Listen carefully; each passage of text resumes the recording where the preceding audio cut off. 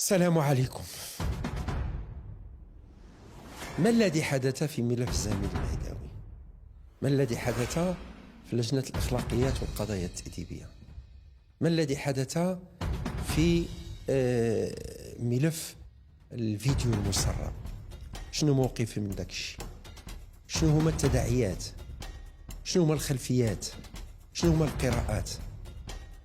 قررت أنني نتكلم ونكشف على مجموعة من المعطيات بكل واقعية وبكل نزاهة، لأنه الظروف والمعطيات والتطورات حتمت عليا أنني نخرج نتكلم باش نوضع الإشكال والقضية في الإطار الصحيح ديالها، تفاصيل كاملة، الوقائع كاملة، الخلفيات كاملة، موقفي بالضبط اللي عبرت عليه في مختلف المحطات غادي نعلن عليها، غادي تكتشفوها، غادي تطلعوا عليها في الفيديو ان شاء الله اللي غادي يثبت يوم الجمعة بداية من الساعة 1 زوالا.